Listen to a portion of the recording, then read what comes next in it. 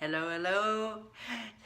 It's Kitty, your ADHD spokescat, coming to you live or recorded from beautiful Atlantic Canada, where it is a kind of a cloudy, foggy day here. I hope it's a sunny day where you are. Either way, it's Friday, and if you work on the weekend, you work on the weekend, but you will have a Friday at some point. So enjoy whenever it is. Perhaps your weekend, if you're anything like me, you're trying to catch up on everything you didn't get done. Hello, hello, Aubrey. That's yes, ma'am. That's exactly it. And okay, let me finish this before I address that. All right, what do? I'm Kitty. I help my fellow ADHDers get to the why behind their mental and physical clutter so they can banish it for good, so that they can finally conquer it in the boardroom, they can conquer it in the bedroom and beyond. Why? Because their productivity is so much better. And you know what? You know it. It all starts between the ears. Clutter is, in fact, on a live that I did yesterday, a lady asked, well, which comes first, the physical or the mental? And I went into a dissertation about it, of course, true ADHD fashion, and she ended up agreeing with me because I wasn't sure, because mental and physical clutter are so intertwined. All right, okay, hello Pam, hello Aubrey. Aubrey got your message, and apps, and there's one other thing that I thought of. I'll be in touch with you. All right, next week's content is going to be very, very practical. I realize that the last couple of weeks we've been just sharing a lot of information, and we're gonna get stuff done next week. Yes, we are, and that's the purpose behind Declutter the Brain. And we have an amazing offer that I just revealed yesterday, and I'll tell you more about that later. Let's get right to it, shall we? Okay. Comorbid conditions. I sound like a university professor, for heaven's sake. Comorbid or conditions. Anyway, ADHD related conditions that can cause misdiagnosis. And that is the point. That is the whole point behind this week. It's not, as Aubrey put it, hello Sarah, hello my dear. It's not that we're trying to info dump on you. All right, there's a point behind this, and Aubrey actually has quite a personal story about this, and this can have life-changing consequences, so hold with me.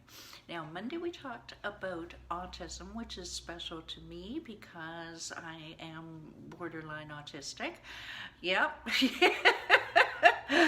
But if you go to our Declutter the Brain page, you are going to, Aubrey digs out every day, Monday to Friday, she digs out people who have struggled with autism as a child, dyslexia, ADHD. Yes, sirree, there are a lot of us out there, and we still are out here trying to make a difference in your life. Autism can be, look at the similarities here, can be characterized by impulsivity, restlessness, problem paying attention, anxiety, upset when a routine changes, and that is all of me to a T. However, there's also the self-harm that can come with it, and extreme rigidity. You know, that the picture of the kid, little boy, arranging the ABC blocks instead of playing with them. Yep. Yep, they thought there was something wrong with me when I was 2 years old. I ended up surprising them one evening. Scroll back to the Monday tape and video, and you'll see that. Moving along, the thing with that. No, okay, don't look at that. Yeah, all right.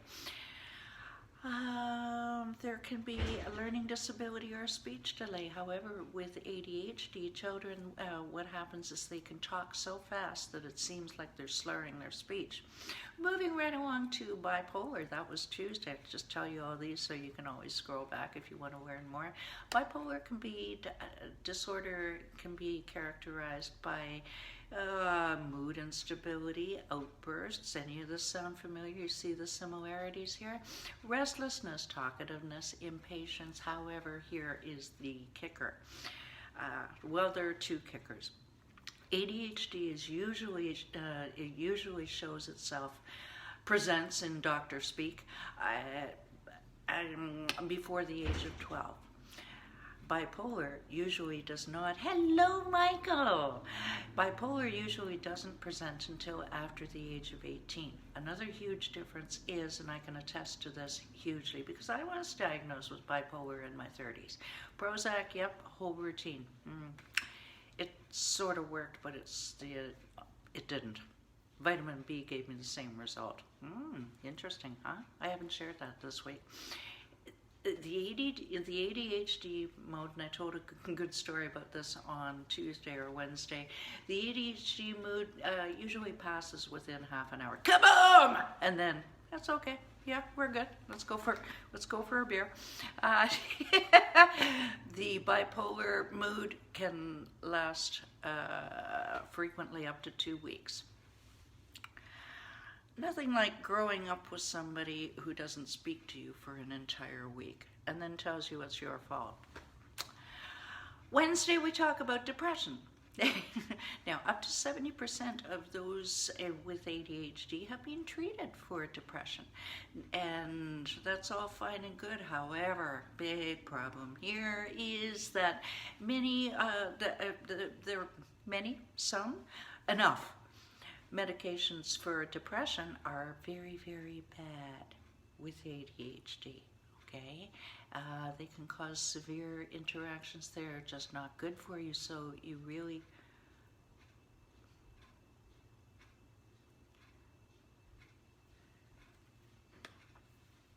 no, sorry, that just hit me.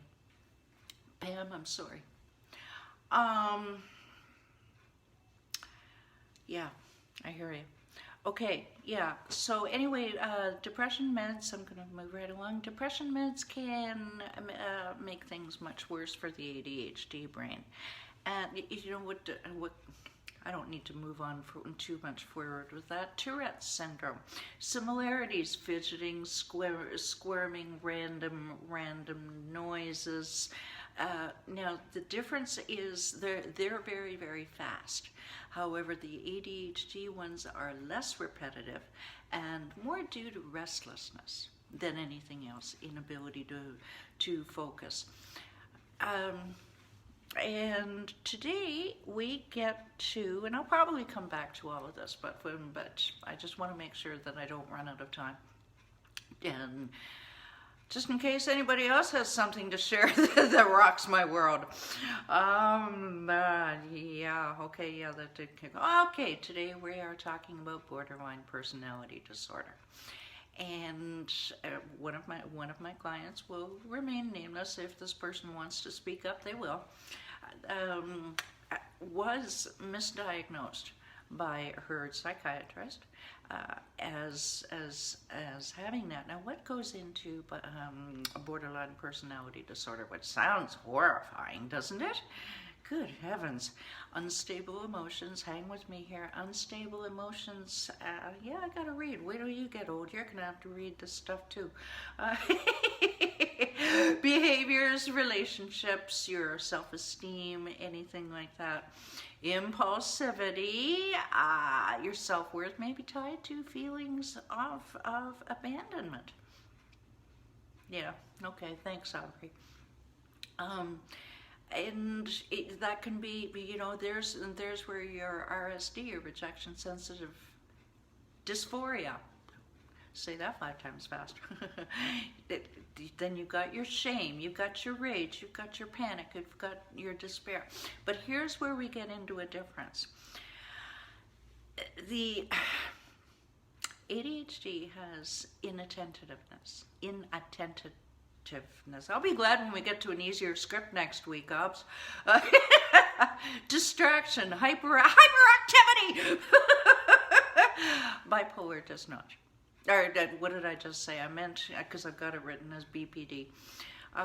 Borderline personality disorder does not have all of that restlessness and hyperactiveness. The ADHD person will suffer from, oh, God love you, it will suffer despair from shame, from demoralization, from the why can't you just? Yeah, Pam, you know it, the just word. The J word. We're going to start calling it the J word. I'm having fun now.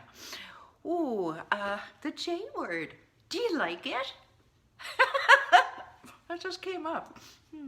Why do I keep wanting to say bipolar? Maybe because I've got so much experience with it. Borderline personality disorder will, your hopeless, perceived losses in relationships, risk. It's just a different thing. It's from within, as I understand it. Correct me if I'm wrong, Aubrey, but it's just from within. Fear of abandonment, fear of. I'm not quite sure. I don't know how to describe it, all right? But I do know how to describe ADHD is mostly more from without. Like, what are people going to think about me, kind of thing. It's a reaction to other people.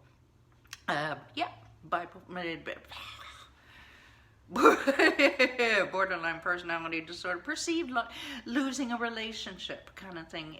Now, here's a biggie: the risk for self-harm with borderline personality disorder. I did it. The risk of self-harm and suicide is much, much higher than it is with ADHD. So you really want to, you or society in general, our medical profession really needs to watch out for this kind of stuff and make sure that we make the distinctions. And as we say here, and I think that Aubrey really wanted me to make sure people know, education is key. Research is key. When I get rich and famous, that's where my money is going to go. Is research and education. Speaking of getting rich and famous, or not,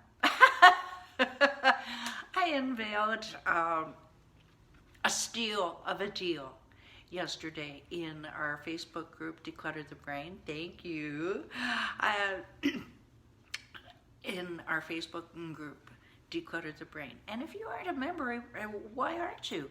We have daily content of the ADHD or of the day to inspire us to say Dan Aykroyd was he autistic? I think so. Dan Aykroyd? Really? Wow. Okay. Yeah, I'm going. Yeah, I can. If he can do it, I can certainly do stuff. Anyway, we've got that every day. We've got great interaction when we get things, and sometimes we share recipes.